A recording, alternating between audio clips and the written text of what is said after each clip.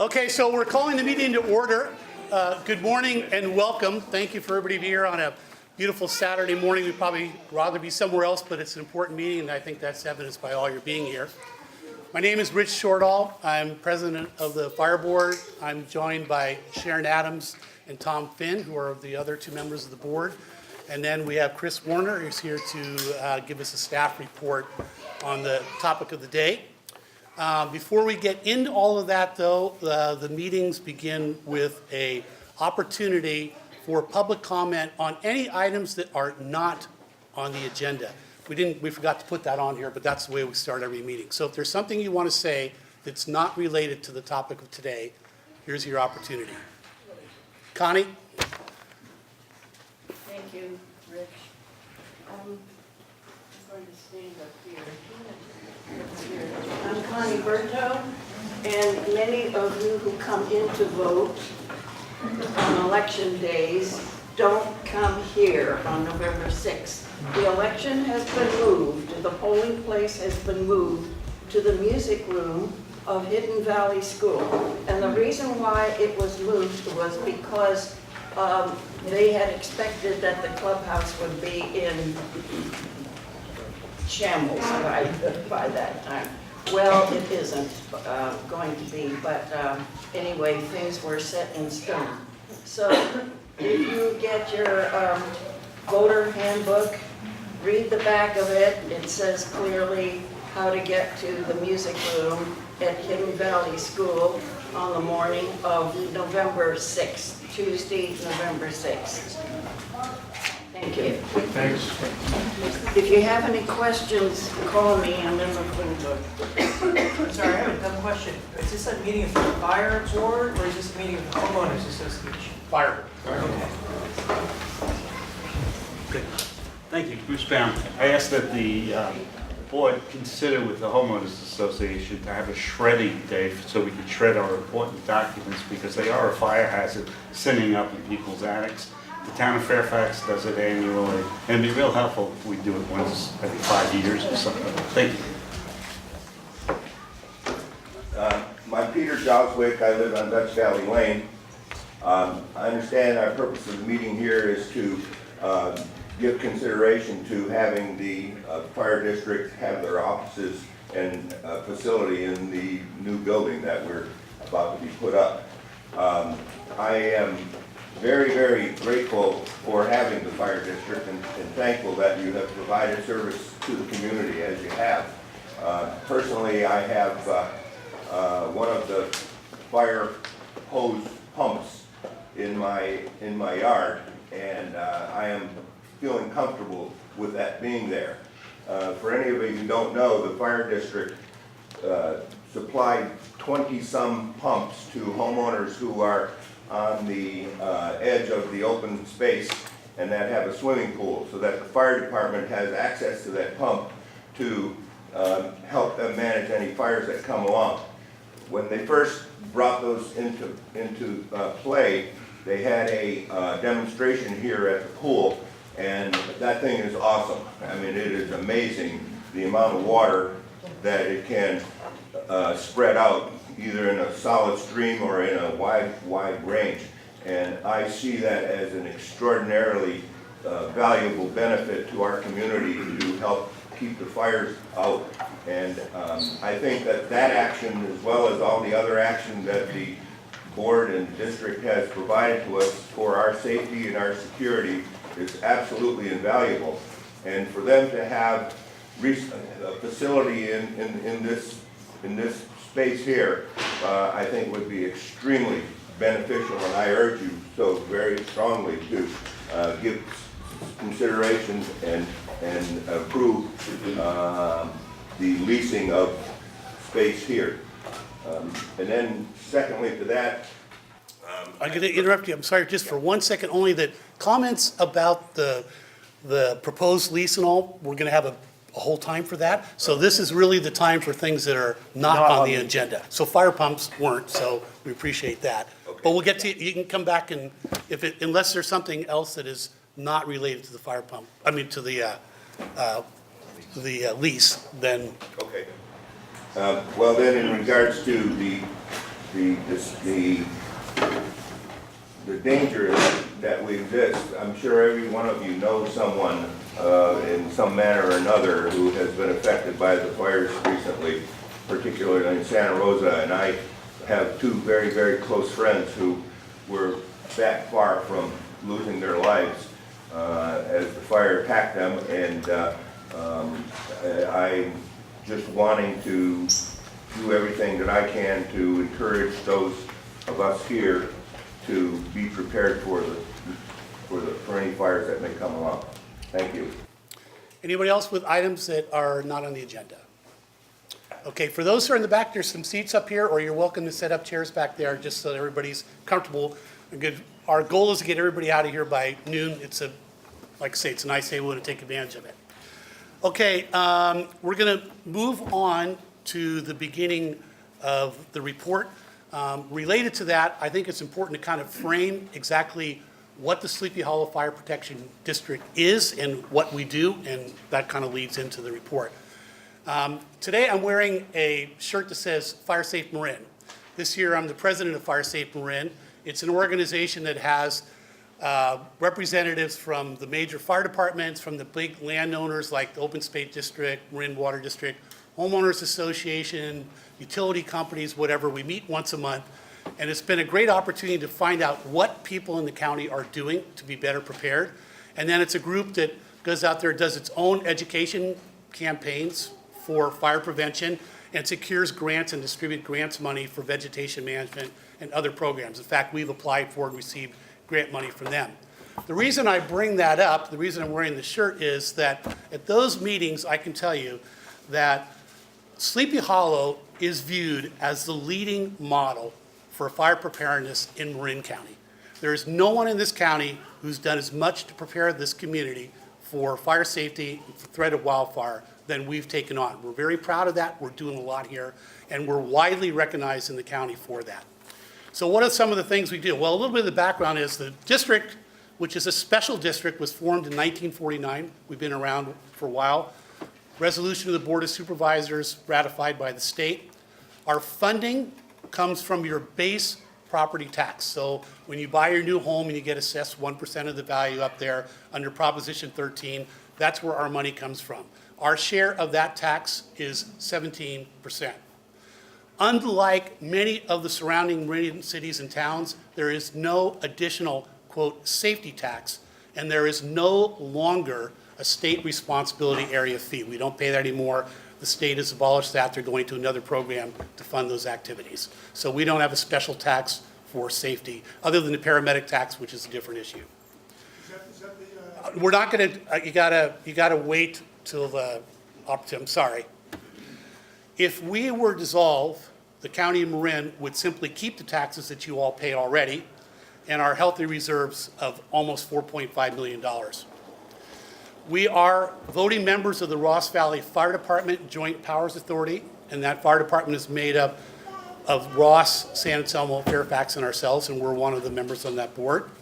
And our share of the fixed expense of the fire department is 12.8%, which is a big improvement from what used to be. We had a shared services contract where there was no cap on what we would pay, and now we have a fixed amount, and we're very stable financially. So that's just a little bit of background in who we are and how we're organized. But I think more importantly, what do we do? What do we do for this community? Well, obviously we provide community fire protection as a full member of that Ross Valley Fire Department. Two of us are on the board, Tom and myself, voting members. We provide state-of-the-art advanced life support emergency medical and ambulance services as a member of the Ross Valley Paramedic Authority. That includes licensed paramedics on board each Ross Valley Fire Department engine, like the one down at Station 20 that responds in the Sleepy Hollow, and a district representative, in this case Tom, represents us on that board. We created a detailed 108-page assessment of the risks and hazards associated with wildfire in Sleepy Hollow. If you haven't seen it, I strongly encourage you to go to the website. It's very detailed, it's very scientific, it was done in the last couple of years, and it really looks at every part of the hollow to determine what our risks and hazards are, with many recommendations for how we can improve safety. So we updated our strategic plan. We have a 5-year strategic plan based on the recommendations and analysis that was in that report. So the science of that report is what guides us.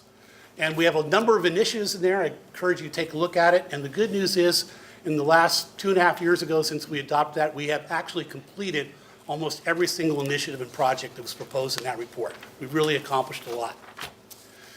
We were one of the first fire-wise communities in Marin. You can see the sign down at the beginning of the entrance of Sleepy Hollow. And we maintain annual certification as a fire-wise community through our strategic activities and projects. That's vegetation management, how much we spend on it, participation of the members of the community, doing public education campaigns and whatnot. We have to, all of those things lead to our annual certification as a fire-wise community. We have adopted the latest fire codes and expect in the future to be holding some public meetings to discuss possible adoption of a hazardous vegetation ordinance to clear out some of the last of the juniper and whatnots out here, but we'll have a discussion about that. We sponsor and/or spearhead with community partners simultaneous vegetation management projects. That's a big topic. As you all know, we contracted the last 2 years with the Marin County Fire Department to have comprehensive inspections of all 850 parcels in the district by Marin County Fire Department personnel. And that's where each of you got the notice that there was a problem, or you got a notice that your property was okay. But that was a much more intensive assessment than is done in most of the county. We hold 4 annual chipper days, which many of you participate in, and that includes on-site pickup, which is rare, and record-setting volumes of vegetation have been cleared. When we report the amounts that we bring in to Firewise, we're probably leading the county in a per capita collection of vegetation. Big project this year was the creation of what they call shaded fuel breaks on the surrounding ridge tops. We're in a kind of a big canyon in here out here. We're surrounded with these ridges. And what all of you probably noticed was the herds of goats and sheep working up on those ridge tops up there. That was a partnership that we formed with the Marin County Open Space District, San Domenico School, Triple C Ranch, and the Rocking H Ranch. And Triple C is over there, Rocking H is out there. We all know where San Domenico is. And Marin County Open Space is all over the place, but mostly on the Terrell and the Sleepy Hollow Bridge. That was a very successful program. We grazed hundreds of acres, made impressive fuel breaks up there, going all the way down into San Domenico. And we expect to expand that program next year. We plan to bring in another herd and do more, even than we did this year. We have funded major equipment purchases for the TAM fire crew. The TAM fire crew, in some cases, we hire to come in after the land has been grazed so they can get in there. One nice thing about the goats and sheep is they get rid of a lot of the poison oak, so it's easier for those crews to work in there. And if you haven't been back to the San Domenico campus in a while, take a walk back there and look at the area starting at the tennis courts and going around. It looks like a different place. It looks like a park, which is what our goal is. That's how we want to set things up. Fire road maintenance was done. A lot of fire roads that have been closed off or unused for years and years have been opened up and improved and are now available for firefighting access. And lastly, a first of its kind fire landscaping demonstration project is underway up on Fox Lane. We removed a lot of vegetation up there, dead trees and whatnot, and we're working with the people who live up there on replantings that is designed to be a focus on what fire-safe properties should look like. We picked Fox Lane because that is probably the most hazardous area in Sleepy Hollow. It's on a saddle with a history of fires going up there, and that's why we picked that area to do it. We conduct ongoing public education activities for district residents. Those include the publication and distribution of the Living with Fire in Sleepy Hollow educational booklet, which was mailed to all of you. And I've heard a lot of feedback from you that you enjoy that. Here's a copy of it. Hold that up. That's it. You all got that. So, all right. And I have been told by multiple fire chiefs that that booklet sits on their desk in other parts of the county. That's how impressive it is. We organized and hosted annual safety fair in collaboration with the partner agencies. We offered Living with Fire classroom training, and we'll be doing more of that, where we're kind of in the classroom going over some of the details that are in that pamphlet and adding more to it. We provide all hazard safety information contained in the Sleepy Hollow directory. So when you got the directory, in the back of it is a big annex. We created that, and then we helped the funding to get that distributed to everybody. Publish regular articles on fire safety in Sleepy Hollow's Homes Association newsletter and on our website. And we do maintain an up-to-date, informative website to facilitate public awareness and communication. So if you haven't gone to our website, check it out. There's a lot of good material on there. We organize and conduct evacuation drills for both residents and first responders. First responders get as much out of it as we do. They go through a lot of their evolutions and check out their communications equipment and so forth. We have the Ross Valley Fire Department, Marin County Fire Department, Paramedic Association, County Sheriff, CHP, Red Cross, PG&E, and others all participate from the fire safety part of it. They get a lot out of it. We provided updated evacuation information to all residents via our Living with Fire publication and the classroom training. We support and promote Alert Marin, and if you're not signed up for Alert Marin, I can't suggest more strongly you do it. It's easy. Just go to alertmarin.com, sign your name in, and that's how you get notified of all the important things that are going on out here. And on December 4th, we're going to have a representative from the LRAD Corporation coming out to Sleepy Hollow to take measurements about the geography and acoustics out here for a potential installation of an outdoor public warning system in cooperation with other agencies in Ross Valley. So for example, you know, I grew up out here in San Anselmo and the horn goes off out there, right? That's the same thing in Fairfax and Ross. We want to be part of that program. Some other communities in Marin are also going to get in on it. So we'll have public meetings about it as it gets closer. But the first trip now is to go out and find out exactly what we would need to do here in order to add that as part of our system. So if everything else fails, we got the horn going off. And the new ones now make public safety announcements over them. So it's voice and sound. We fund and maintain the sandbox station during the winter that a lot of people take advantage of out here. As this gentleman brought up, the fire pump program is something we've been funding for years. We do that in cooperation with the fire department. In other words, we don't need 300 of them. There's a certain strategic number that needs to be put out. We follow the recommendation of the department on that. And when new pipes and so forth are being put out here, we fund the installation of hydrants as recommended by the fire department or the water district. We've initiated a block-by-block neighborhood preparedness coordinator project. I personally believe that this is the most important initiative that we're going to be taking on in the future. And if you're not familiar with it, you can talk to Sharon about it after the meeting. I strongly encourage you to sign up for this. This is block-by-block preparedness, where we're really reaching down into individuals in this community to find out who would need help in program, distribute informational materials, and I won't go into the whole length of it, but this is done in several other parts of Marin, and I think will be a great success here in Sleepy Hollow. We've successfully applied for and received multiple fire prevention grants from state and other resources, still beyond our basic tax funding. We go out there after other monies. And lastly, we continue to explore establishing a district office with meeting space for organizing, equipping the Neighborhood Preparedness Project, and community emergency shelter to better prepare all residents. And I think nothing in this proposal today, in this lease, is going to prevent us from continuing to fund and carry out these kind of activities and expand upon them. If anything, I think that this will enable us to take the next step and bring a preparedness to a new level. So that said, I will turn it over to Chris and Tom. Chris, if you just introduce yourself Sure. and describe your role here and take it away. Okay, thank you. Thanks. I'm Chris Warner, and as many of you know, it's a great opportunity for me to return to the community. My family lived here for 20 years until April, May, June of 2017. Brought up our children here. It's been an honor for me to be a member of the community. I want to provide a context for my report for everyone in the board. At the outset, I served as a member of the board of directors of the fire district until June 2017, and I had the honor and privilege to participate with Rich and Tom in the development of the fire district's strategic plan and the acceptance and evaluation of the wildland-urban interface assessment.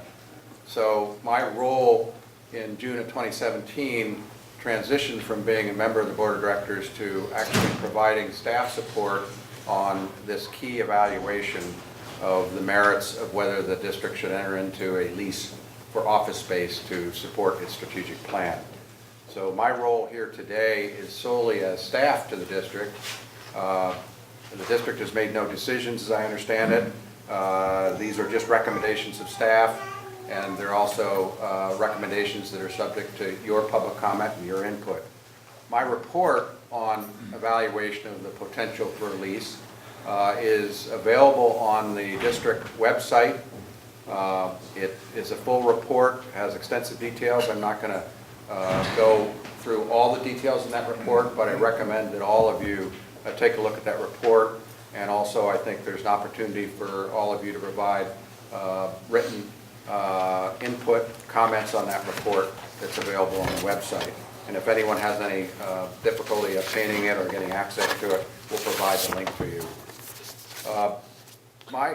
I also, by the way, want to commend all the members of the community, particularly the leadership, not only of this board, this district, but also the leadership of the Home Association and the Charitable Foundation, because a key part of my evaluation involved obtaining extensive detailed information from the Home Association and the Charitable Foundation members. So I really want to express my appreciation for the multitude of discussions. They were confidential discussions, but multitude of data that's referenced in my report that I was able to obtain with the help of the Home Association and the Charitable Foundation, as well as other members of the community. So my report really is grounded on two objectives. The first objective was, as I referenced, to consider how the district's strategic plan could be implemented through obtaining centrally located office space so that the district board and the community could meet the strategic plan objectives, which include training, preparedness, outreach, evacuation drilling, and all of the things that Rich just mentioned. So my evaluation, as guided by this board, was primarily focused on how can a potential lease of office space in a central location within the district serve and support the objectives of the strategic plan of the district. And then secondly, in a more routine way, my evaluation was to look at whether such a lease could be done with sufficient services and facilities and at a reasonable price for the district. My conclusion that's stated in my evaluation report is that both objectives can be achieved through a potential lease with the Homes Association and the Charitable Foundation at a particular lease payment that I conclude is reasonable and market responsive. I also evaluated the services in the office space that would be provided to the district under a proposed lease and found that that would not only meet, in my opinion, the district's needs under its strategic plan, but actually exceed the district's needs based on a lot of what has happened in wildfire preparation and mitigation planning, even since I began the evaluation. As we know, and as Rich has pointed out, I think the district's initiatives in terms of wildfire preparation, prevention, and training and public awareness have really increased substantially just since this evaluation began, because we've seen a lot of what we call the new normal in terms of wildfire risk, particularly in the Sleepy Hollow community. My evaluation, in summary, basically recommends that the district board consider entering into a 15-year lease with the Home Association and the Charitable Foundation for office space and facilities as summarized in my report, and at a rental rate that is fixed and does not escalate over the 15 years. This is one of the key aspects of my recommendations that I consider very essential for this board's consideration, is that a 15-year lease at a fixed rate, a fixed price, is a significant benefit to the lessee, in my opinion, because of the escalation that would be likely in commercial rents for alternative facilities. And it was, I think, a good opportunity that it appears that the Homes Association and the Charitable Foundation is willing to enter into such a lease at a fixed rental rate for 15 years, and then also with the opportunity to renew that lease for another 15 years by mutual agreement. The other aspect of my evaluation is of the facilities that would be made available. I think a lot of you have seen the public information provided by the Home Association and the Charitable Foundation on the facilities that would be built here. But more directly, I evaluated the facilities that would be made available to the fire district. And they are very detailed, very precise, and exclusive in terms of the use of the fire district, in particular needs for training and for preparedness, for community outreach, as well as in the event of an emergency. One of the key aspects that I'm recommending, and I think is available under such a lease, is the use of the facility in an emergency, where you have a central location that is, I think, there's really no other central location within the district that's available, and at a reasonable price. You're really talking about a community insurance policy with the lease that goes far above what would be the market value of the rents. So I think that's an important aspect. The bottom line is that I am recommending that the board consider entering into this long-term lease with the Home Association and the Charitable Foundation at this rent, which I believe is very reasonable, at a fixed rent that basically saves an incredible amount of money over the long term, and with the description of the facilities that's contained in my report.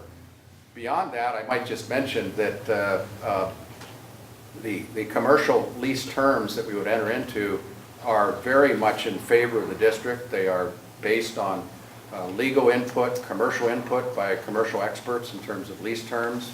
I hate to say this to the Home Association and the Charitable Foundation, but this is a favorable lease in terms of lessee-lessor relationship. This would be under terms that would be very favorable to the district, but they would be very reasonable to the Home Association and to the Charitable Foundation in that these are very routine, typical commercial lease terms for commercial office space.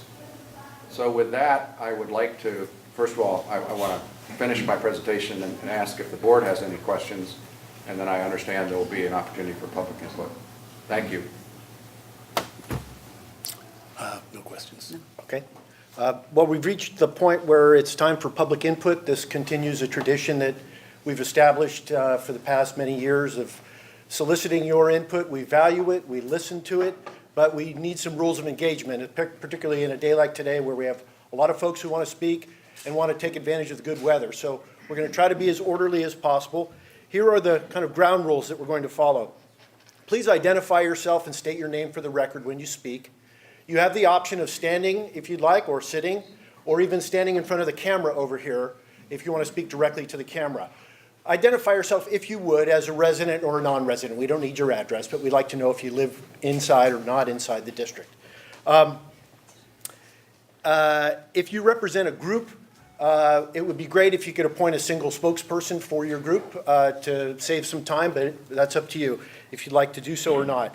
You cannot defer your time to other speakers or lend time to someone else so they can aggregate it. You get 3 minutes. I'm the timekeeper. We'll be as flexible as we can on that. Remember that you can't comment on anything, and we can't act on anything that's not on the agenda. The agenda today is this proposed lease, and that's it. It's not the design of the building, it's not the traffic flow, it's not anything other than just this proposed lease.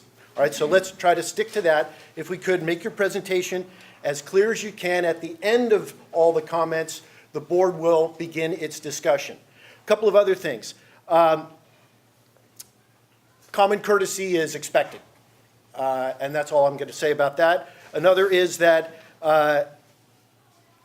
if you have any written materials that you want to present to the board, you should have presented them in advance. I notice a stack of materials over here on the counter. I want to make clear that those have not been presented to the board. Those are not our materials. We don't know whose they are, but they don't come from us. And we've not been given an opportunity to review them, so we won't be addressing them. And then finally, please address your remarks to the board as a whole and not to any individual within the audience or otherwise. All right? So we'll begin right now. And Rich, I'll let you. You go ahead. Okay, I'll call on people, and because I'm the timekeeper, I'll raise my hand when you have approximately 30 seconds remaining, all right? Please. Let's start with Dan Stein. Thanks, everyone. Dan Stein, 35 Martin Lane Road. We're not supposed to say our address, I just did, sorry. Been here for 10 years. So 2 comments. One is that, so everyone's aware, Plan B for the public announcement system is going to be Mark Anderson standing on his roof yelling out across to everybody, just in case we don't have the budget. Sorry, I'm a little limited. I was involved in the community 5 years ago, when we started the conversation on collaboration here. And so I want to commend everyone who's been involved in this, both whether you're for, against, or somewhere in the middle, because I think it's a wonderful thing that this community has come together. As a homeowner and as a concerned father, I think there's only more that we can do by having you here and by having a central location for additional preparedness and really for building a better community than this wonderful place that we already have. So I urge you to move forward. I am in complete support of this and hope that we can move forward. Thanks. Let me interrupt just for a second. I neglected one housekeeping item. A number of people who've written to us through the website via email have indicated that they wanted to express their support but can't be here today.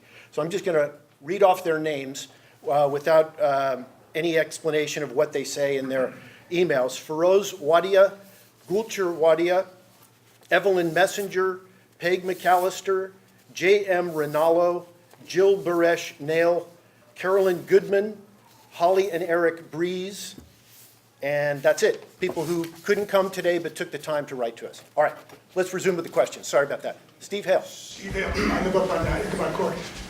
How is the lease going to be funded? Is it you already prepared to give? Steve, we can't answer questions. We take your comment and then we'll discuss. Oh, you can ask questions, but we can't answer them. But at the end of your 3 minutes, you propose questions, and then if it's a question, we will try to get that related to the topic. We'll try to respond at the end of your of the 3 minutes. Right. So I'm clear for now? No, go ahead, say what you want. If you can pose several questions, and then, You know, we were asked to give donation, I guess, to the charitable fund a while back, maybe 3 years ago, and is that how we're going to, I mean, how's this all going to come about financially? Are we ready to go? Or, I know it all sounds like a question. I don't know how to put it any other way. We'll get to that at the conclusion of the public comment period. All right? I do want to just say one thing about that, and I do think it's worth. We'll say something about it at the end, but I'm going to invite at the end, when we comment on that, somebody from the Homes Association and the Charitable Foundation to discuss that, because we're not financing it. They're financing it. So they are the ones that question needs to be responded to. Fair enough. Go ahead. We have a fire department down here at the end of the road, you know, that's been there a long time. It seems like, you know, everything is well intended here, but what about down there? I mean, why aren't they, are they playing a pretty big role in what's going on up here with, I mean, it's only a short distance, and we pay for that with our tax, you know, bill in October or whatever. It seems like we're getting into doing a lot of stuff here that, I mean, there hasn't been a fire that I know of. My parents lived here for a long time, like 60 years. Hasn't been a fire down here on the level ever that I know of. I mean, it seems like we're just really worried, simply because we had fires up in St. Rose that were terrible, but, you know, doing a lot of stuff that maybe doesn't need to be done, so. Okay, we'll take that as a comment then. Thank you. Thank you. More comments? In the back, Corin Grubb. My name is Corin, and I live at 22 Hammer and I've been here, I think, for 9 years, and we have 2 kids, and I do feel like it would be a lot safer if you were here.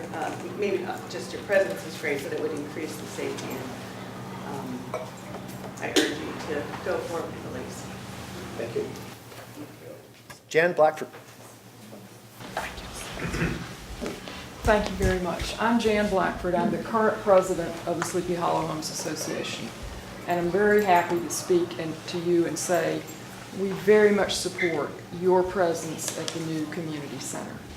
We have always believed that the new center can be a visible platform for you to engage the community, educate us, train us, rally us to further your mission.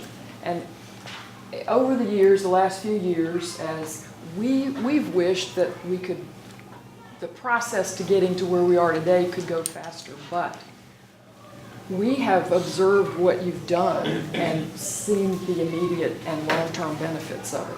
If anybody's had a chance to look at the wildland-urban interface, it's a real eye-opener in terms of the risks to Sleepy Hollow. And you created that for Sleepy Hollow. It informs, as we understand it, your strategic plan, the goals that you've set out for the next years. And as we look at those, we see the increased need for collaboration, engagement, planning. It's a year-round job. So we've been pleased to be part early on of the design that sets up well-planned space for the office, for available meeting space, education space, and access to the entire facility, well-planned for an actual emergency. First responders who may need to be here to shelter displaced residents, whatever. So we really appreciate it very much, and we see your role at the new community center as an enhancement to the entire community, all residents, the Ridgeline work, the evacuations, the neighborhood preparedness coordinators, which looks to us like a constant recruiting, rallying, supporting, broadening experience. And just one more thing, I'm happy to be able to say that all residents of the Sleepy Hollow Fire Protection District are members. Oh, I'm sorry. All residents of the Sleepy Hollow Fire Protection District are members of the Sleepy Hollow community and eligible to join the Sleepy Hollow Homes Association should they choose. We hope, more and more will, and we're thrilled that many have. Everything we do by the Homes Association is on behalf of all residents and homeowners in the district. And this includes access to and use of the community center, the bulletin, the website, the 4th of July, the community building socials, children's parties, creek cleanup, advocacy with other jurisdictions on behalf of our community.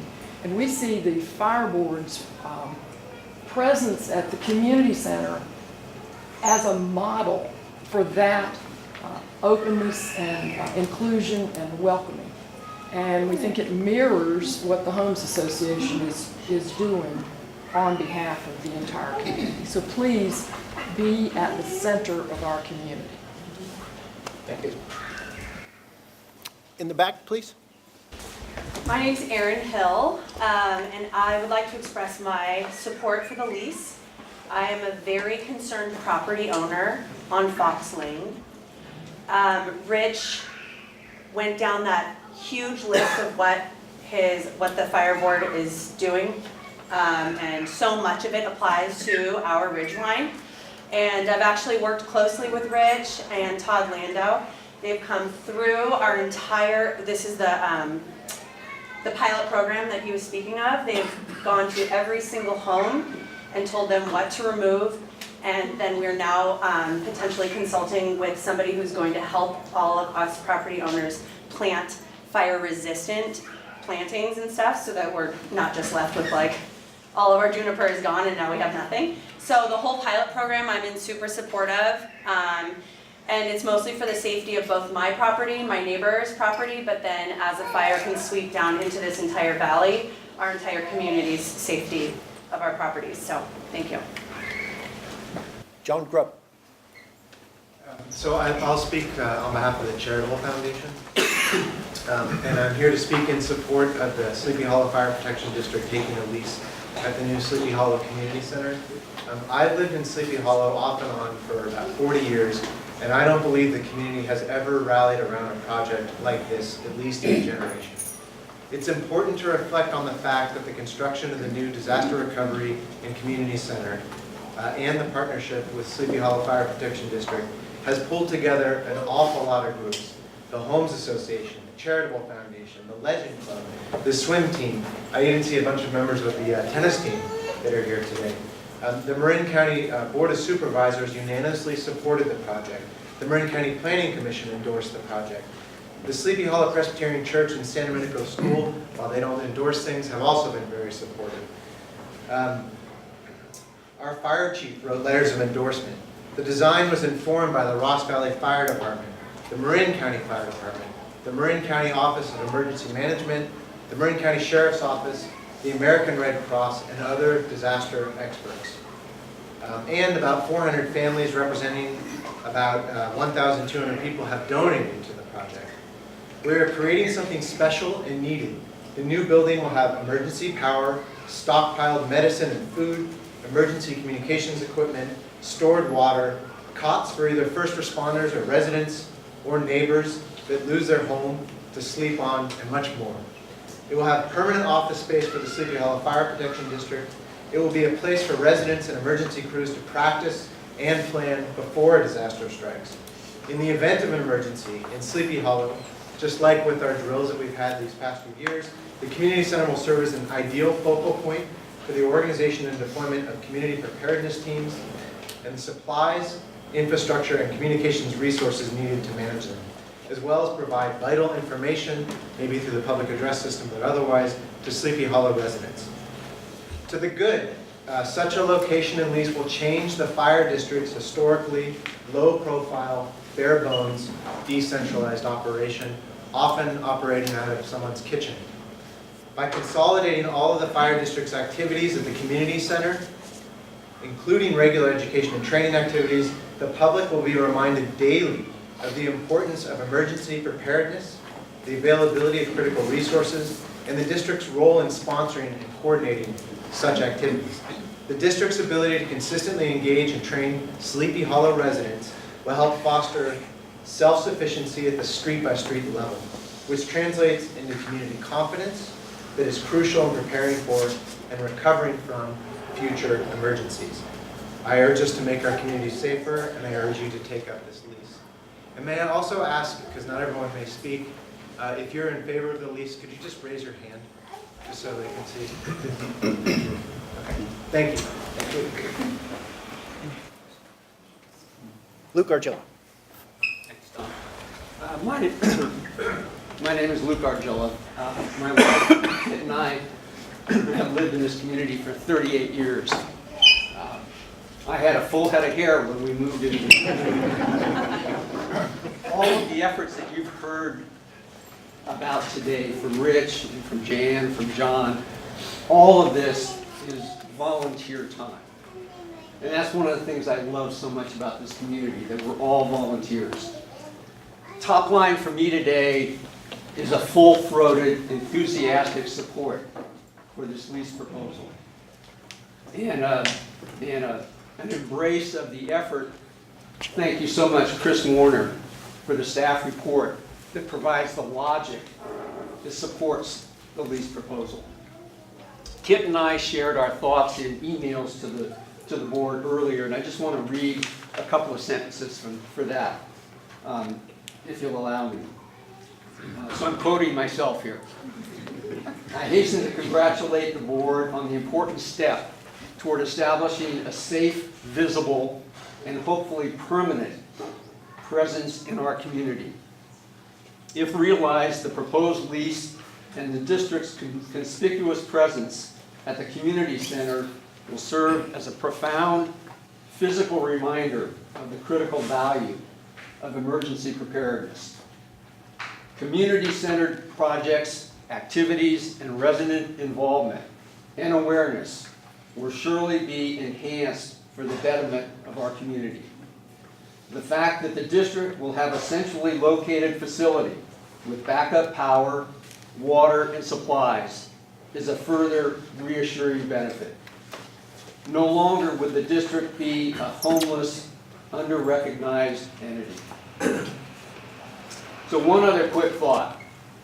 This has been a long, sober journey to get to this point, 5 or 6 years in the making. I know this to be true. The members of this board, volunteers again, have invested hundreds and hundreds of hours of due diligence, research, thoughtful consideration to get to this point. I applaud that effort. Thank you for this and everything else you do. And I think some of us would frame their work as thankless. And maybe, unfortunately, sometimes you think of yourself as having performed thankless work. But on the contrary, I think they ought to be showered with gratitude for what they do. Thank you. Thank you.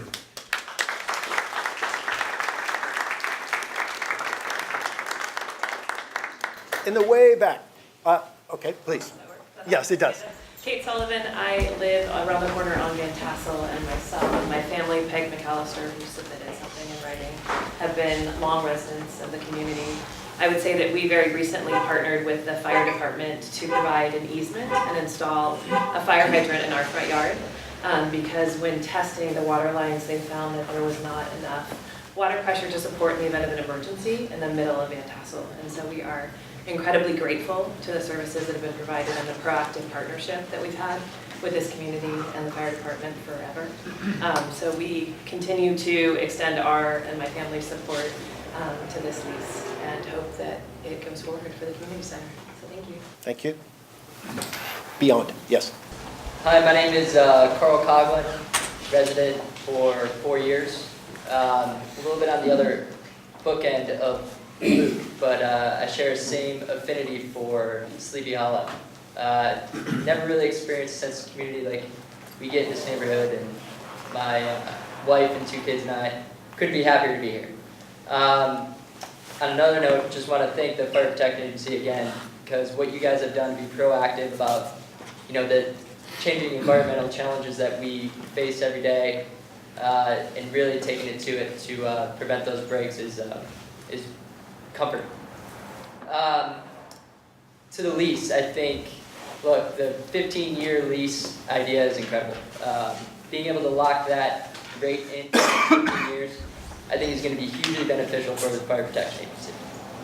And so we are in full support of what you guys are doing, and we think that it's only going to enhance the partnership between the community and the Fire Protection District, which is going to be crucial to keep this neighborhood safe and keep building on that sense of community that I know we all have fallen in love with.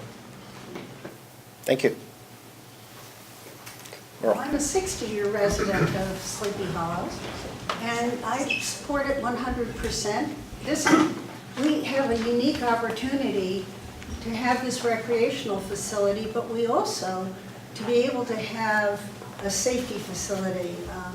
I had a husband on dialysis, and to know home dialysis, so to know that there would be a safe place with a generator a few blocks from my home would have meant a life or death situation. So I think with everything being considered, I definitely support it, and I would encourage anyone who is lagging behind to do so also. He was just happy to go for the walk. Thanks, Merle. My name is Chris Dauskas. I've lived here for 25 years on Deer Hollow. I support the initiative. I think it's good. I think it's positive. I think it'll help the community. And very appreciative of the being proactive. I took full advantage of the brush cutting. I was a little taken back when I got a notice that said I was in violation. It actually got me off my rear end to do something which had to be done a long time ago. And I actually cut a tremendous amount of brush. I have a big lot, and piled tons of it up in front of my property. And the organization was very supportive and very efficient in removing that. So I saw that as a huge advantage, and I fully support the effort for the lease. Thank you. Please. Hi, my name is Tim Nardell, and we live on Stuyvesant Drive. I want to express my support for the proposal, for what you're doing. It seems like a great idea to bring the district more to the center of this community, so it has more visibility to all of us, and we all know what you're doing. It makes perfect sense to bring the community together with the district. I also wanted to express my appreciation for you individually as board members, and your courage and dedication to this community and to the district and seeing this process through. I'm a lawyer, and I just read the lawyer letters that a few people have tried to use to shift the tide against your discretion and try to say that you don't have the discretion to make decisions. And I think you do have a lot of discretion. You're making good decisions, and you're making fair decisions for the district and for the community, and that's what your job is. And so I really appreciate what you're doing. Thank you. Kevin Coughlin, I'm a resident, 31 Crane. I was a board member a couple years ago and we've been involved in this for some time. I support the lease, and rather than just echo what I think a lot of the supporters have been saying, I just want to say thank you for everything you guys are doing individually. It often does feel like a thankless job. Just want you to know it's not. We out here very much appreciate what you're doing. Thank you. Pat Grubb. I'm Pat Grubb. I just wanted to thank all of you. I can't imagine what you have been through and what you're doing, but you all have certainly made us much more aware of the little juniper that was up against our house. It's not there anymore. And the fire department is great. They're here to put the fire out, but you guys make it so we don't have a fire. And to have you right dead center is terrific, and we totally support your initiative, and we hope you'll be here as residents. Thank you. Yes. Oh, Dave. I might as well. Yes, Dave. My name is Dave Grubb, and I've lived here for, I guess, 50-some years now. But one of the things I learned in the business that I was in, which is construction, is that there's nothing as important as safety. And above all, what you have done have made this community a lot safer. And I think only by continuing what you're doing and trying to do, and what this lease will do, and what your involvement in the center of the community now makes even more sense, to raise awareness of what safety means. That's always been a key thing for me. Thank you. Yes, please. Like most meetings or churches, the older people are all up front. But it wasn't that long ago that we all stood back there. So it's important to look back and see how many younger people are here. And I think, who am I? I'm sorry. I'm Ann Wagner, and I live in Montrose. But I think it's important to know we appreciate what those before us did and what they created for us. And I think it's our turn to, as a aging, you want to say that, mature community, thank you, to make sure that we pay it forward and support the families that are. Thank you. Tammy Park. Hi, I'm Tammy Park, 15 Garden Rock. I just wanted to say I'm supportive of the lease because I think it provides visible, tangible leadership. Otherwise, this is just an empty building on the side of the road. I think it's important for there to be a placard in front for all of our residents and people coming into our neighborhood who maybe don't live here to see that representation and to know that there is someone attached to this building and to that office who can be contacted even with questions or in case of an emergency so people know where to go. Otherwise, we just have this empty building that is rarely used. So let's, use it to its fullest extent. I support the lease. Thank you. Chris. Christian Franklin, live right up the road here. Just want to say I support the lease. I think it takes a group of people like the board to come up with innovative ideas like go-to sheet. I mean, that was pretty cool, right? So I support it. Thank you. Lauren Westfall, 175 Van Winkle Drive. We did have a fire recently on Van Winkle at Triple C Ranch. It was a garage fire. We did not know what was happening. If you leave your home, there is no cell service. We did not have any communication. We just had people panicking and running around telling us to evacuate.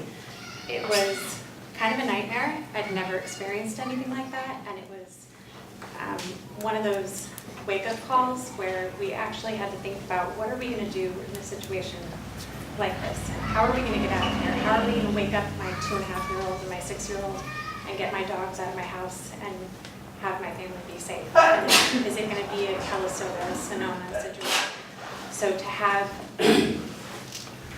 a building like this sorry, I'm getting emotional, I didn't expect to do that. So to have a building where I could call and have someone give me information or have guidance for our entire community where we're vulnerable here would be very beneficial. Thank you. So I'm in support. Thank you. Stacy. Hi, my name is George Wagner. I've been a resident here for as long as my wife, 38 years. Use the process a lot. But just from a practical matter, I'm commercial real estate. We've been involved in a lot of development. And we've got this wonderful lease, and I'm totally supportive of it. But you have to understand, fire has destroyed half of Santa Rosa's, just they trashed it. Construction costs have gone to the roof. So this lease that we're talking about is contingent upon getting funding for the clubhouse. Several concerned members understand that we're going to be a shortfall. The construction costs are going up. Without being able to build it, we're wasting our time. So myself and a lot of other people have agreed to come up with at least $1 million. So what I'd like to say is that if you're not familiar with this thing, I would urge you to donate money to get this thing built. It's $3,000, that's a bake sale. We're talking large numbers. And I think it's really important that you look at yourself and say, hey, if we can do it, it's for a good cause. And it's going to take, I think, probably $1.5 million over and above what we have. So just open your wallets first. That's all I can say. Thank you. The back. Hi, my name is Emily Baker. I think we might be maybe the newest members of the community here. We moved from San Francisco about 3 months ago, and I just wanted to say we support the initiative, and we're just so grateful to be a part of a community that is kind of able to rally together to support our safety and kind of the future. So thank you. Thank you. Hi, Derek Gordon. I can actually talk. I'm with my family. I moved into 10 Terry Road last night.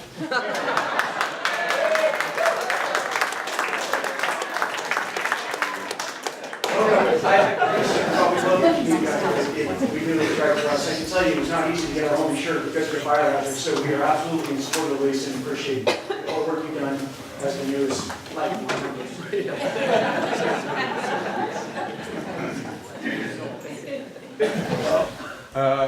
Big Brouwer, live on Crane, former board member, but you probably more know me as the bartender. Happy hours. I'm also one of the biggest contributors of branches to the Clipper machine, so which was a great initiative. So yeah, I can only support this. I would love to flip a lot of hamburgers here. I would love to be bartender for many years. Yes, I'm going slowly. I move myself up the lane too. But this building has way more opportunities, and I'm a block captain. Brutally trained by Sharon and Mitch. So I love to do that, but I also love to have a base where we can actually be trained and actually make use of all the things and actually help you in your street to do a better job with all these kind of things. So full support. Thank you.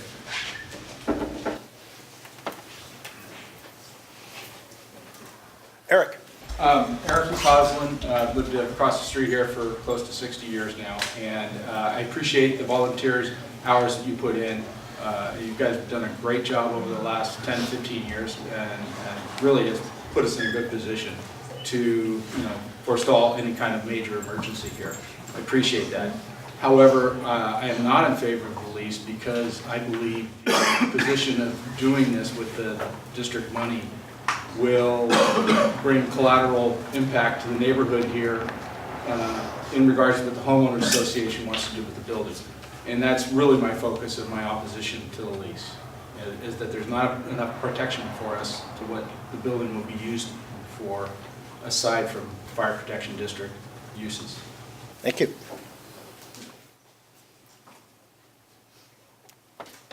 Hi, Alex Adat, resident here 5 years. I want to echo some of the comments that were made by Marin. A few months ago we did have a scare. It was 10 o'clock at night on a Wednesday, brushing my teeth, looked outside, and there was a big fire glow in the sky. Didn't know what to do, finish brushing my teeth or leave the house. I did stop brushing my teeth, woke up my wife, put the kids in clothes, threw the dogs in the car, and we just headed out. It was just like, don't know what to do. I think the entire neighborhood was in panic. So the scare is real, the fire is real. And I like the comment that was made there. Remember when we moved here, I had insurance that I had for a long time, and they wouldn't insure me here because of the fire, which is something I didn't even realize when I moved into this area, which we love, and we want to stay here hopefully forever. But we're kind of tucked back in here, and it seems like we're kind of isolated. It's like we're like 8 miles from 101, about 3 miles to Sir Francis Drake. It takes a long time to kind of get there. So appreciate the fire department being there, but I think that we want something more centrally here. And I think we need to do more as a community. I appreciate all the work that's being done in terms of the walkarounds from the fire department, as you guys have kind of sponsored that to help us make our community safer. And I think we need to do a lot more. And having that presence here is important. So I'm in full support. Thank you. Bradley Johnson. My wife and I, Emery and I, aren't as young as we used to be, but we do represent one of the younger families here in the Hollow, where we found a really special place. 3-year residents, and I know a lot of other people are here today, and so I'll keep my comments brief. I have had a chance to read Mr. Warner's full report, and thank you for your summary comments today. It reinforces that I feel strongly that you're using your resources prudently. And I feel like it's really important to further your mission to enter into this lease. So I just wanted to log that opinion. Thank you. Carol Page. Carol Page. I'm on farm. Mostly I agree with the fire district and I support their good and important work. I'd rather continue working together toward goals we share, but I cannot support an inappropriate and fiscally unsustainable project. I do not object to a more modest proposal in which the district shares benefits, but the scope of this project is excessive and misguided.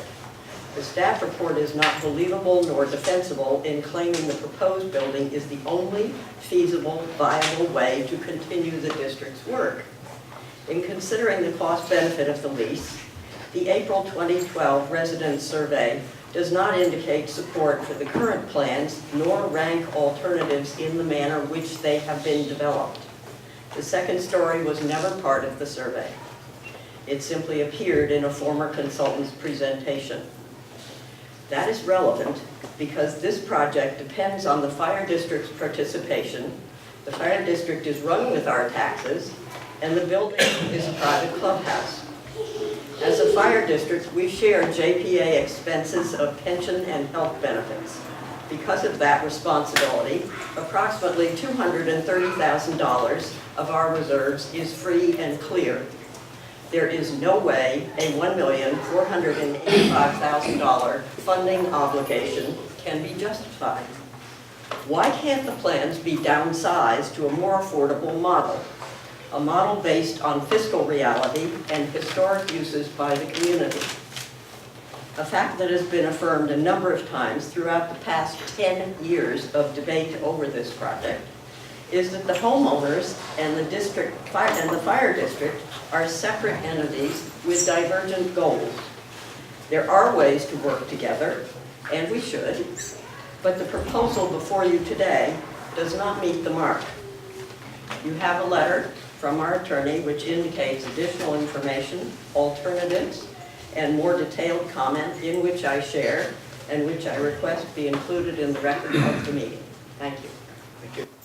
And it will be included in the record. The Honorable Katie Rice. Hi, Katie Rice, your neighbor for the last 24 years and your supervisor for the last 6 years.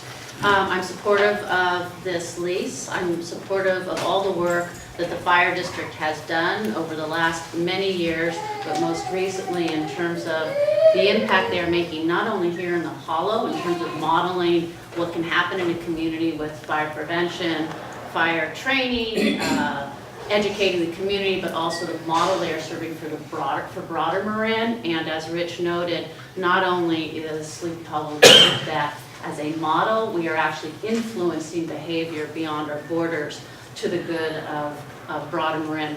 I really respect the time, the due diligence, the thoughtfulness that has gone into this proposal as it stands today. I have a lot of trust in the individuals up here, have watched the steps they have taken, the due diligence that's been applied. I think we can all be very confident that they would not be making a proposal that could not stand on its legs very solidly. And hope everyone will support and sign up for Alert Marin. You need to be signed up for communications, but you also need to be prepared to act if there's a fire without communication, which means be ready to evacuate, stay calm, don't run around the neighborhood saying evacuate, wait for the fire department or law enforcement to say so. Anyway, thanks for everyone for being here, and again for your work, Fire District 4. Thank you. Hey, I'm Franklin Blackford. I'm not a board member, but I'm a very happy resident of this community, and I support this proposal. If you can't be a board member, you might as well marry one.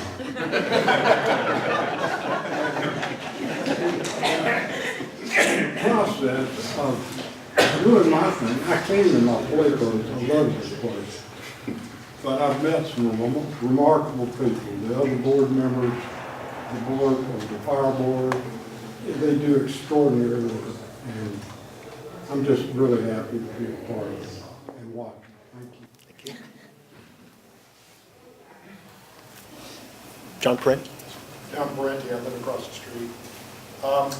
And like everyone here, I truly appreciate the efforts of this fire board. I've known Mitch for years. I know the dedication that all of these people have had to the community. And I applaud what you do for our safety, and I think it's very important. However, I'm also a fiscally responsible individual, and I believe that $11 a square foot is outrageous for a lease. I think it's, and I want to separate the work that they're doing versus the fact that they're using taxpayer funds. And if it doesn't benefit every taxpayer, I have a question about that. And that's my only problem. The whole project, since I live across the street, impacts me directly. I love the clubhouse. I think it should be redone, but I don't think it needs to be redone with a two-story structure, etc. I think we can do it responsibly and more economically than it presently proposed. But I do support the fire board and what they're doing, and I think it's important that we do that. But I'd like to see something of a better use of taxpayer funds. Thank you. Bruce Baum. Thank you. Bruce Baum, 1165 Butterfield Road, a 36-year resident. I'll be brief. However, since I'm representing a group, Money to Burn, I would ask that you, if I run over slightly, that you allow me the courtesy as most public agencies do. I want to thank the board for the fire prevention and emergency programs that you have undertaken, especially fire-wise. I want to address three areas: district reserves, communications, and fire apparatus engine 20. Our reserves. The district has been circulating misleading facts in the Warner staff report. Warner states on page 5 that the district has a $4 million reserve. However, an independent review by a very respected CPA firm, Jostead Incorporated, San Rafael, found that the reserves for future pension costs and health benefits were not deducted. To quote Mr. Jostead, this is my read on the financial condition of this district. If the fund is assigned enough of its balance to cover 100% of the pension and health benefit obligations, there would only be approximately $227,000 unassigned funds left. Government reporting allows liabilities that are beyond 12 months to be shown as an asset. However, Santa Rosa showed that one disaster can wipe out those reserves and bring the district to bankruptcy, unable to fund the district's share of pension obligations. Communications. We all know there's no cell phone coverage in the hollow. Yes, people say we will be getting coverage, economics for the carriers doesn't pencil out. Marin County voted to pass funds to upgrade Marin Emergency Radio Authority, MIRA communication system, for emergency responders. The system still hasn't been totally implemented, with many dead spots. MIRA is a last century network, relies on line-of-sight microwave and cell backup. Disaster history, starting with 9/11 through the past 17 years, hurricanes, floods, prove self-service cannot be relied on. Ross Valley must move to the next generation of emergency communications. Other cities in California have implemented FirstNet, a broadband technology which allows transmissions of voice, more robust data, images, and video. It includes Wi-Fi capabilities on the emergency vehicles to power mobile devices like iPads for the firemen. The Marin County Fire has started to implement the first phase of FirstNet. Kentfield Fire is next, and San Fire is looking into it. Emergency responders accessing FirstNet would be prudent use of fire funds. A team of very qualified communications experts, some from Ross Valley, will be meeting with Captain Bronahan, who is responsible for the county's FirstNet implementation in the next 2 weeks. Our district's leadership can influence the JPA to be forward-thinking. We need to use our tax dollars for our assets on the front lines. Engine House 20. Why not lease office space from San Anselmo? They are a JPA partner. Since many of the tasks specified in the Warner staff report are developed for the JPA vendors by Marin County Fire and Ross Valley Fire, there's justification for using the firehouse, the JPA structure, for this work. There is no justification. This administrative function can only be carried out in a clubhouse office. While Station 20 at the end of Butterfield is owned by San Anselmo, it needs to be upgraded with foundation work. Also, the firehouse needs to have gender-specific bathrooms and sleeping facilities in accordance with federal laws. We have often heard of the acrimonious negotiations of the 80s. Ancient history is just that, ancient. We have some very smart people on our board, and San Anselmo's current town council. I suggest we start fresh and negotiate some equity in the firehouse for upgrades. Bruce, you're over the time by 2 minutes now, so if you could wrap it up, we'd appreciate it. Okay, so netting it out, first of all, to be clear, I'm not against the project. I'm just troubled by the $1.5 million costs that it will require. Thank you. Yeah, hello, I'm Kevin Siegel. I'm an attorney. I represent Bruce Ballmer, just spoke, and Garo Page, who spoke before. I'm the one who submitted the letter. There's some copies of it here. I think they've all been taken, but Mr. Finn, you said that those weren't part of the record, but they actually were. Those were the ones that I emailed to you yesterday, and you acknowledged that when Garo spoke that they were submitted. So I'll be brief. I mean, you've heard Bruce speak, you've heard Garo speak. They talked about concerns they had with the project and ideas they have for better use of the funds, whether it's for other infrastructure projects such as improved communication systems or improving Station 20, or also vegetation management, and some other ways they think that the district should consider more. That I basically want to speak to some legal issues that you've not adequately considered, or at least haven't certainly been addressed in the public setting. I'm quite familiar with these because I'm a public agency attorney.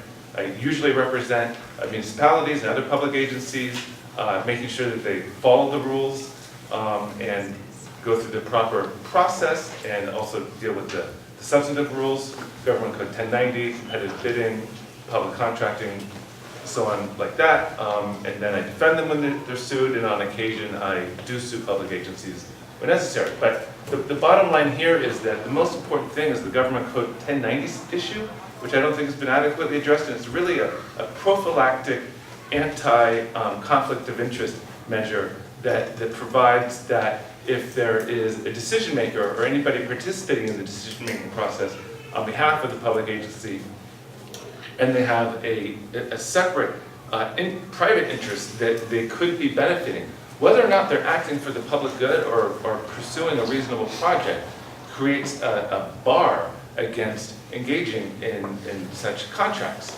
And here the issue is that it's tied to the fact that the clubhouse is a private project, and the board members here and Mr. Warner and others that are participating in this process are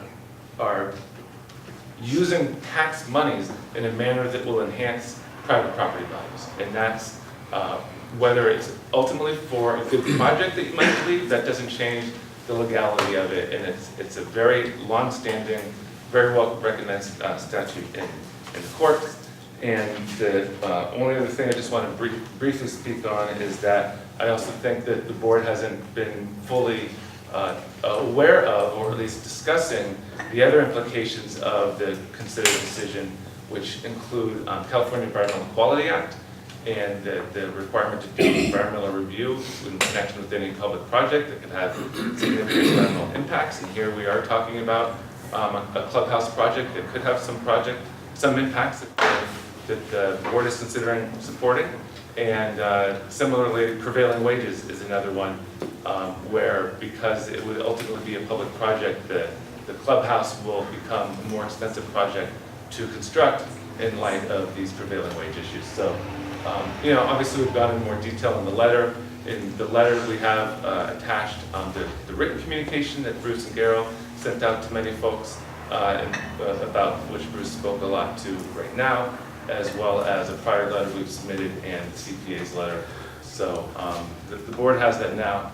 I don't have any more. I brought, I think, about 16 copies. I don't know how many people would be interested in getting it. Those are all gone, but I'm sure more copies can be made. Thank you. Thank you. If I could just interpose, the letter you referred to wasn't on the counter at the start of the meeting. I didn't know that it was there or has since arrived. So thank you for clarifying that. But the typed argument that was there at the beginning of the meeting, as I mentioned, is a handout that doesn't come from us and that's not been presented to us. It's very difficult for the board to handle written materials that we haven't received in advance at a meeting. We're seeing it for the first time. So you can't expect a response from us with respect to either the anonymous argument that's there or the letter that we received. It arrived at my house yesterday afternoon from Mr. Siegel. And we've contacted our counsel, and counsel will prepare a response for the board. So we're not in a position to argue the points raised there today. Max. Max Straube, resident. I'd like to echo a couple of comments made earlier. One, having had family affected by the Santa Rosa fire, that sure brings it home, makes it real, not just something you see on TV. Two, I'd like to express my thanks to the board. We're one of the beneficiaries, as someone else mentioned. We've got a brand new fire hydrant in our front yard. Dog loves to pee on it. Other neighbors' dogs love to pee on it. That's great. I do want to express a concern or a hope that the board, the fire board, in considering lease, keeps in mind the I think uncertainties around the proposed expansions of the clubhouse. I know there's some open issues. Some folks have talked to them in terms of how much more we want to add to this space. The space is great. My kids have been on the swim team for as long as we've been here, which is about 9 years now, and we love it. We think this is a great spot, and we hope that the reconstruction and repairs are appropriate, and that, again, any uncertainties around what happens with the clubhouse you consider in making your lease decision. Thank you. Bob. Bob Lesser, I'm a 28-year neighbor of the clubhouse, and I support the expansion of the fire district's efforts. However, I do believe that the lease is too much. It involves spending too much money for a project that I believe could be much smaller scale, which would allow the lease to be commensurately smaller. But I certainly do support the presence of the fire district here in this building, however it might be amended. But I do hope that the considerations, as the gentleman said, and the two other neighbors of the clubhouse have voiced their opinions about the scope of the building. I don't know how many people know, but what's being proposed is a 29-foot tall building. This one's 17 feet, so you can imagine how us neighbors feel about the building of that scope. I know I'm getting a little bit off the topic of the lease itself, but I think the lease is tied directly to the size of the lease. The amount of money spent on it is tied directly to the size of the building. Thanks. Thank you. Not seeing any more hands. Chris Sensibo. Chris Sensibo, hello. My wife grew up in the peninsula. We moved to San Francisco, and the minute we got to San Francisco, we started looking for a house in San Anselmo. It was 1989. We got up and lived kind of on the edge of the fire district, or the district, I think. We were on Broadmoor. And then finally, about 15 years ago, we were able to move in here into the Hollow. So very happy to be here, and really enjoyed the community. I'm very sympathetic with all the concerns I've heard. I can't say I quite understand all of them legal-wise, but as far as having a bigger facility here and how that impacts the people who live right around the clubhouse, I get that. The fact that your donation years ago, what's happened to it, I made a donation years ago, the issues that everybody's concerned about. But I don't blame the board in any way. I know how complex of an issue this is, so my contribution I'm very happy to have made and would like to make more. I'm very much in support of the lease. As far as the costs and all that, I never would have imagined when I was younger that I'd have this kind of mortgage and this kind of property taxes and these kind of insurance payments I'm making. I said, no way, but I am. And a lot of people have described this project as another insurance policy, which I'll raise my hackles, but clearly this is much more than an insurance policy. There's a lot of community benefit that would come from a plan like this, so I don't really look at it that way. I've also heard of some of the concerns, well, we've got a fire station down beyond Butterfield. If we have this kind of conflagration, is that the word that we had like in Santa Rosa, if Mount Tam ever catches on fire and it's going to spread everywhere like it did Santa Rosa, it's obviously going to spread here. Those fire engines are going to be on Mount Tam trying to put out the big fire. They're not going to be down here. To have a presence here in Sleepy Hollow would be a huge benefit for my wife and I to make these payments that we have to make, work in San Francisco, and we work 60-hour weeks, and we are not here a lot of the times, and to know there's a presence kind of being here and kind of helping the community would be wonderful. I've heard concerns that we've never had a fire here in San Anselmo, like right in this part of Sleepy Hollow. Clearly the world has changed the last few years. There have been headlines that the whole state of California is on fire. I mean, clearly the world is changing, whether it's global warming or whatever it is, and I think the risk is much higher than maybe it might have been in the past. We worry about floods, earthquakes, and fire. Floods, luckily, I think there are other places that have bigger concerns than us, like downtown. Earthquakes might happen this year, might happen in 500 years, but fire could literally happen every single year. Every time from April or May, when the sun comes out, through September, October, I'm worried about a fire. I think there's a lot that can be done if the fire group is here in our community, and I think there's other issues. I've heard about the juniper, but I know we have huge eucalyptus trees. If those things catch fire, I've heard the Roman candles throwing oily fire bombs for a quarter-mile distance. There's other projects we can do to kind of make things better. I've heard concerns about this being 2 stories, which I totally understand from the next door neighbors. The kind of people I've met over my 15 years here, I know would never run roughshod over other residents' concerns. They would take that into account. I'm sure we can use some out-of-the-box thinking to minimize those impacts. I mean, 2-story house, if the fire board needs a floor, I would do what they did in the 1920s and dig a hole so they can have a basement. Whatever we have to do, I'm sure we can think outside the box. I've heard from legal terms that I don't quite understand about enhancing property values. I feel like I know what my house probably would sell for, but if there was a fire district here, maybe it would sell for a little bit more, but I can't imagine that's a huge enhancing. But it's clearly a preservation. And I've heard about the costs of 1.5 million or whatever the number is. I kind of laugh at that and think, oh my gosh, 1.5 million. Take what happened in Santa Rosa, the impact on the property values, the dealing with contaminated issues, the years and years that community will never come back. Put a number on that. Is that 100 million, 200 million? What's the number? Someday some people say we could have helped our situation for 1.5 million or whatever the number is, and we didn't do anything. So I think it's worthwhile to keep this moving forward. I think there's some valid concerns. I think we can think out of the box. I think we can kind of avoid those. So, sorry, not a public speaker, so I'm just, I don't know if I caught everything, but. You're at the limit now. I'm at the limit, okay, great. So anyway, that's it. Didn't mean to cut you off. Sorry, maybe one more. I'm Alex Gauna, 10-year resident. I was on the Sleepy Hollow Homeowners Association board when this discussion got started those many years ago. My wife is on the board currently, so we've been very involved with this for a long time. And I'm just standing here to beg you to put our tax dollars to work. Just beg you, please, and assure you that so many hardworking, well-intentioned, well-educated, thoughtful people have toiled tirelessly to try to get something together that pleases as many people as possible. You've heard things about scope. People are trying to make people happy, to add things to this building so that this community feels good about what they had. You've heard things about cost. California is expensive. We know it's expensive. It's not easy to do things, but I want to assure you also, and he just said it, there's other dollars to be unlocked if we get moving forward on this. There are more people willing to step up and support even more if we get progress. We're going to have PIM, inspiring block captains. We're going to have visibility about fire preparedness. And even if we don't achieve a safer community with fire protection involvement in a clubhouse, changing this clubhouse, just look at it. Look at the age of this thing.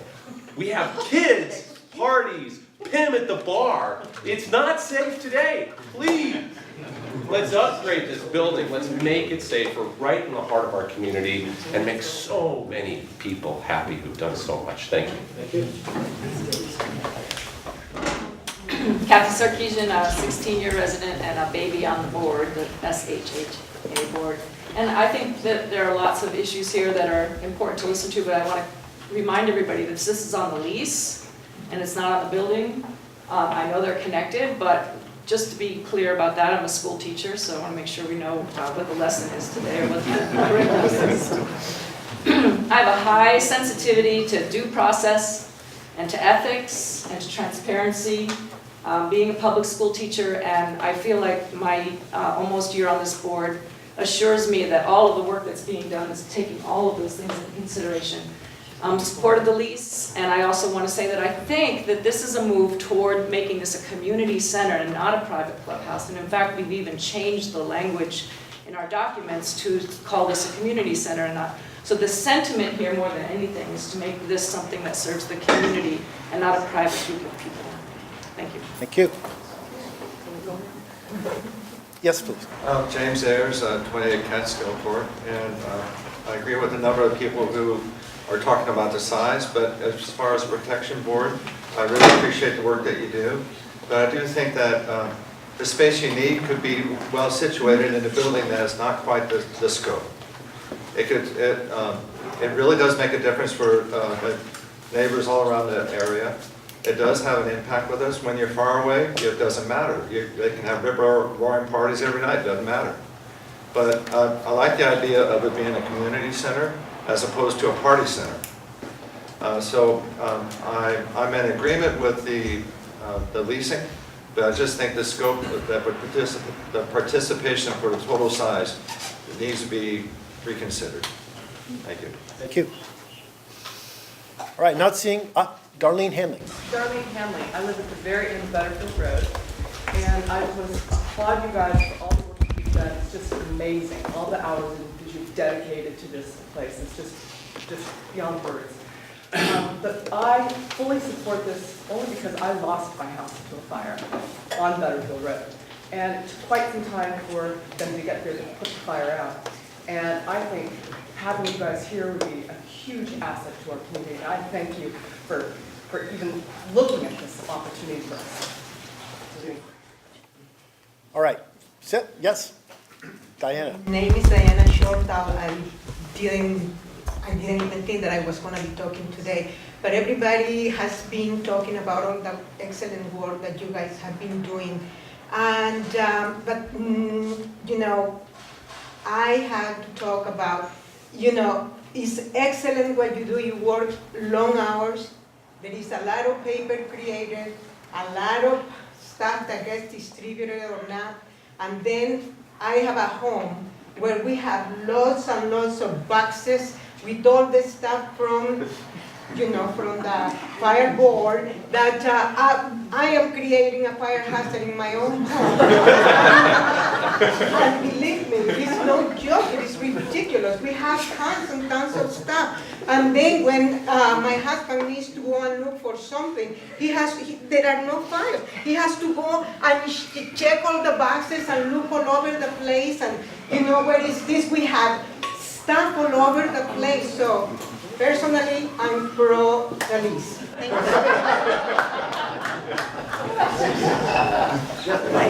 Hi, I'm Jessica Fairchild, I live on Crane, and I just was hoping that you folks could clarify a little bit.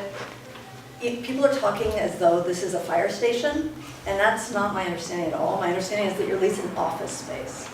And so, I mean, you guys are doing great work, and I'm not questioning that obviously at all, but I'm just really confused about some of the things that I'm hearing people saying and what your actual purpose in this building is going to be.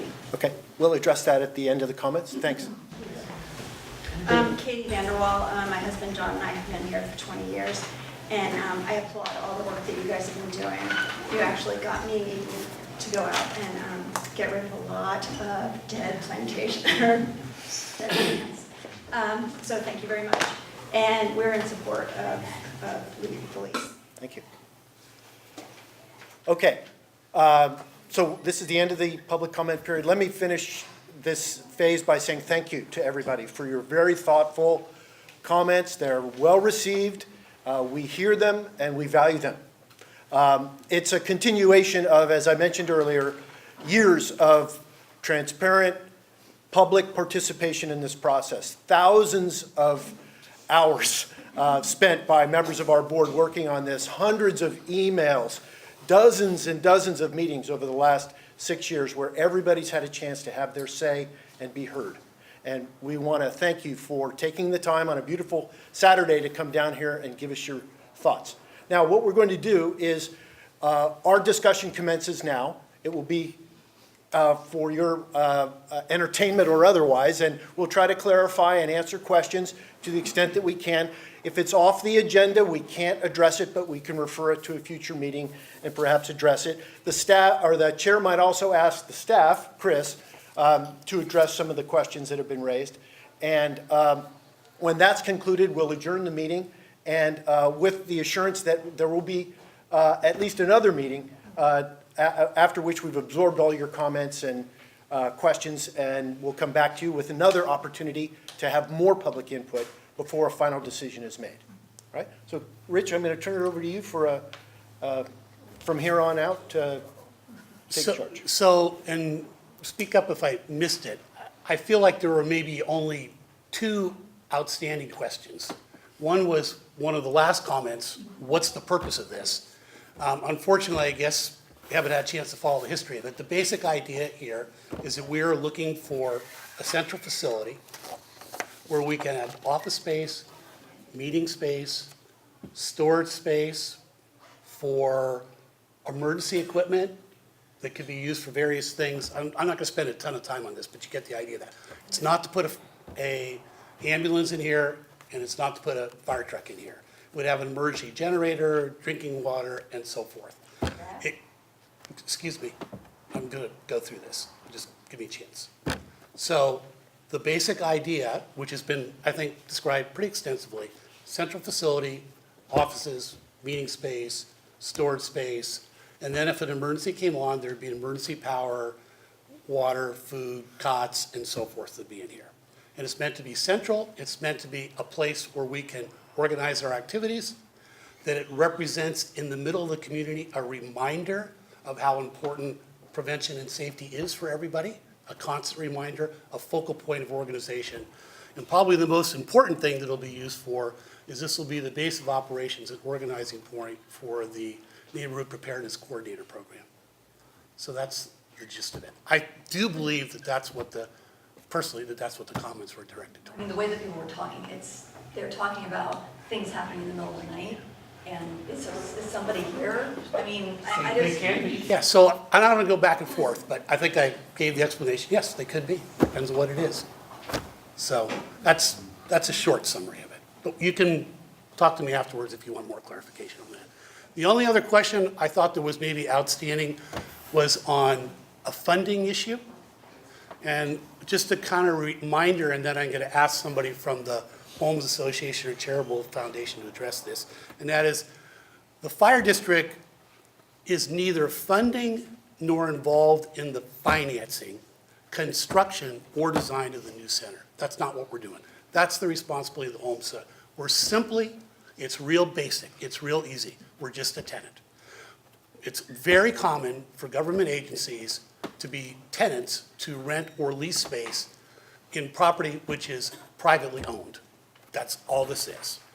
And we just want to make sure that the functionality of the building would meet our needs. And that's the basic of it. So questions about how it gets funded elsewhere? Yeah, Rich, this is Chris Warner again. Just to make that precise as to the lease, our lease that I'm recommending would commence only upon receipt of a certificate of occupancy and delivery and possession of the space after the project, after the community center is constructed and delivered. So it is just a lease. It is not funding any aspect of the construction of the project. It's not funding the project. There is no, I'm not recommending there be any obligation on the part of the board until the premises are actually delivered under the lease. So is the person who asked the question about the funding still here? It was one of the first speakers. If not, I'd say they can go meet with the Homes Association to get more detail on how they're going about it. So again, nothing starts until everything is built. If that doesn't happen, there's never going to be, we're never entering into a lease. And it's real basic. It's just a lease. It's real simple. Were there any other outstanding questions that we had deferred that didn't get responded to? If not, maybe I'll go on and maybe give the board a chance to just make a couple comments. So as you heard before, this has been going on for 5 years now. And sitting up here, having the fortune to represent all of you, I have a chance to talk to people about this all the time over 5 years. I walk around the community, people bring it up. And what I experience is much like what happened in here today. When John said, anybody who's in favor of this lease, raise your hand. Almost, not all, almost every hand in this room went up. When I walk around this community, that's what I get. Great idea, go forth. There's a lot of people sent emails and whatnot, couldn't be here today, all in favor of doing this. I do understand that not everybody can be. I respect the opinion of those who are not in favor of it. I particularly understand those who are immediate neighbors and have concerns that, to be honest, have more to do with the Homes Association and the design of the building than anything else. Because even most of you said, it'd be nice if we had meeting space, office space here and whatnot. So I get that, but that isn't really our thing. It used to be said by some of that group that, well, if you just weren't paying $2 million, this would never happen and they would just make a smaller facility. We listened to you. We really did. We listened to you. We listened to others who've written letters and hired attorneys on this. And this is where we are now, and that's why these negotiations have taken so long. We're in a completely different place. We're not giving $2 million upfront to a project. Way off of that. When you adjust for inflation, we're less than half of that. However you look at our contribution towards this is much smaller, which means that the rest of the community, as was described earlier, still has a lot of lifting to do to get this project off the ground. And I think that says something for those who are neighbors, and again, I understand your concerns about that, but that says something about will of the community. And that goes back to the rest of you who don't like it. I understand you don't, you haven't liked it from the beginning. You have your own reasons for that, you're perfectly entitled to that, I get it. Because what big project has ever been done that everybody's in favor of? Nothing, never works that way. But in this community, my experience is much like what I'm getting in here. Most people think it's a great idea. And most people think we should move forward with it. Most people see the value of it, even if there's some issues around the edge. But we listen to you, and I think you really need to hear that. Compromise was made, really big compromise. Much more of a burden sits to the Homes Association. So I think that should stay something. Again, it's the will of the community. We don't own this building, we didn't design the building, we're not financing the building. That's how it works. One thing that is a little bit of a concern to me is I think some inaccurate and misleading information has been presented from some people who are not in favor of this, having to do with the financial health of our organization. I received an email inquiry asking about our finances from Bruce. I sent him a very long email that is quite different than what was presented to us. I'm going to put this email in the record so that people can see what I responded. I'm not going to, it's long and it's very technical and lots of numbers and all. I am surprised that an accountant would write a letter about our finances without contacting us. I go through an audit every single year, and the audit is a lot of back and forth with the auditor so that there's complete clarity on what our financial situation is and how things work. And I can tell you that there is a lot of misinformation in that. I would very much like to see that person come before the board, or at least have the courtesy of contacting us, because it's not accurate. The bottom line is this.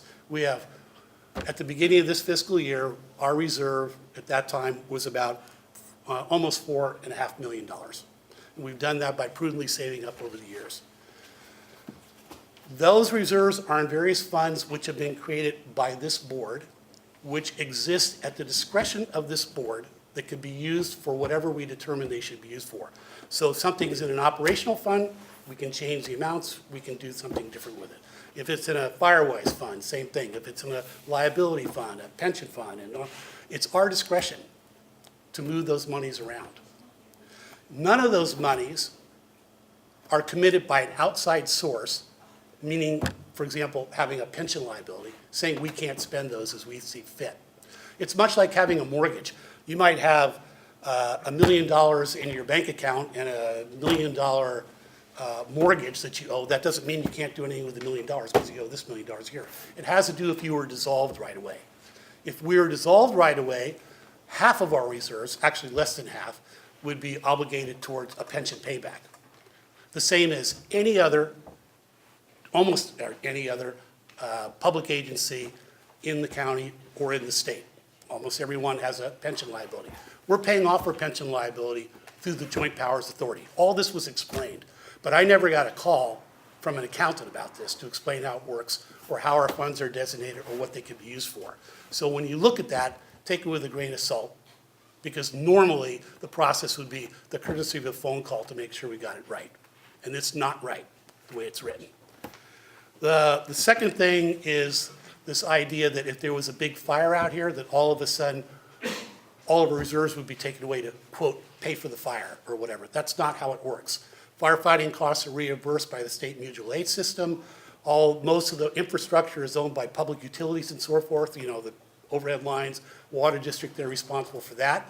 We are an unincorporated Marin County, which would have the overall responsibility for the rest of the infrastructure out there. Private landowners have responsibility for their property through their fire insurance and whatnot. We're not like the town of Santa Rosa. We are a special district with limited responsibilities and limited liabilities. We have a mission. That's what it is. We're part of Marin County. So for example, Santa Rosa was brought up. Oh, terrible fire up there, wiped out there. They had trouble with getting their property taxes. What happened? The state of California passed in their budget $21.8 million to make up for the loss, which is temporary, in property tax revenue for them. That's how it got addressed. So this idea, if there was a big fire here, all of a sudden our reserves would be depleted. That's not how it works. So I understand that concern, but again, there's a lot of information that's being left out in here. I could go on and on about this, it gets boring, but I just tell you that we're financially, I think we're in good shape. And here's the last thing. The cost of this lease is less than $100,000 a year. Go back and look at the last 10 years of audits that are on our website that were done by a real auditor who actually asked questions and went back and forth on that. And what you'll see is every single year we've had net revenue in excess of the cost of this of the rent here. And still we've been able to accomplish all of the projects that I described to you, all the things that we're doing. So when I say we can keep doing what we're doing, I think we can do more than that. I think we can enter into this lease if we find ultimately that this is the benefit of everybody here, and I mean everybody, you don't have to be a dues-paying member of this place to take advantage of all this. We've been down that path so many times and covered that. So I respect I respect the fact that people don't necessarily agree with this. I particularly understand the neighbors who, by and large, are at least supportive of us being here. For those who still don't like it, you're more than entitled to your opinion. But I think I'm up here to represent what the community as a whole wants to do. It is their tax dollars. And there is no project that's ever been done that 100% of all taxpayers ever agreed on how their money was being spent. I pay a lot of taxes like all the rest of you do, and a lot of it's being spent on stuff I don't like, but that's how it works. That's how the process goes down the road here. So I think we've compromised. I think we've listened. I think we've compromised. I think we should unite now and try to go forward. Everybody should come in. And if people are really concerned about the safety here, sign up for the Community Preparedness Coordinator Program, because that's where you really can make a difference out here. That's what we need. So we'll talk about this at the very end. I still haven't made up my mind about how I'm going to vote. It's been a very transparent process for 5 years now. I'm still listening. I haven't heard a lot to persuade me today. We also have lawyers representing our side in this issue, so I respect Mr. Siegel coming here and giving his point of view, but don't think that we don't also have legal representation in all of this. We will probably meet, we'll talk at the end, in about 3 weeks, where we likely will be taking a vote. That's another 3 weeks to keep putting ideas in. You can come and speak at that meeting. I don't know what my vote's going to be because I keep listening to everybody, but I am here to represent all of the community and the best, and try to do the best for everybody that's here. So that's, and I will say one last thing. I have not been for years a member of the Homes Association. I have no conflict of interest in that. I don't think anybody on this board has a conflict of interest the way this has all been constructed. Most of the time I've been out here, my kids weren't on the swim team. I've probably been in 37 years to a handful of events here. This has never been my thing. So I have no financial stake in this, not a member of it. And the other hand, I wish everybody was a member of the Homes Association because it advocates on behalf of everybody in this community, whether you're a member or not. Street safety, all kinds of things, it does that for everybody. But that's my choice. I'm not a member, no conflict. I'm neither a member of the Homes Association. I Sorry, have Sharon? to follow that. Please, go ahead. I have been a member since I moved here, 45 years, but I did take myself out of membership. I don't want there to be perceived conflict of interest, so, and there wouldn't be anyway, but just to make it clear. I did the same a couple of years ago to avoid the appearance of a conflict. Let me just say that I embrace this lease, and I've embraced the project from the start. I've been here from the start and attended all the meetings, and I'm the person who gets all the emails and the angry letters and things like that. Next year will be the 70th year of the Sleepy Hollow Fire Protection District, and for about 63 years we played defense. We were in a defensive crouch. We didn't have any money. We were the poor stepchild of the Ross Valley Fire Department. We had no leverage. But now we're on offense, as you heard Rich list that catalog of activities that we've undertaken now. That can't be done from our spare bedrooms and garages and kitchens anymore. We're talking about a more robust operation that's got to have some infrastructure behind it. And for the foreseeable future, we're going to need to be able to marshal our resources in a central location to be able to do that. And that's what this accomplishes for me. As much as I respect the efforts of the opponents to create a competing narrative about how this is a disaster or presents liability for the district that we can't tolerate, the fact is I think this boils down to just a question of policy preferences. This board has a preference for a certain policy, and the opponents have a preference for a different policy. You have two options. You can run for the board and try to enact your policies, or you can sue. And they have opted apparently for the second option or something along those lines. And I think that's unfortunate, and I think that it undermines the spirit of the process.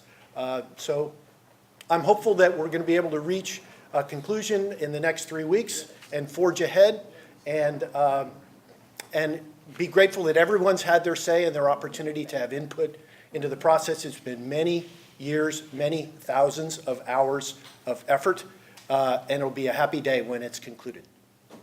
Sharon. I want to thank everybody for coming.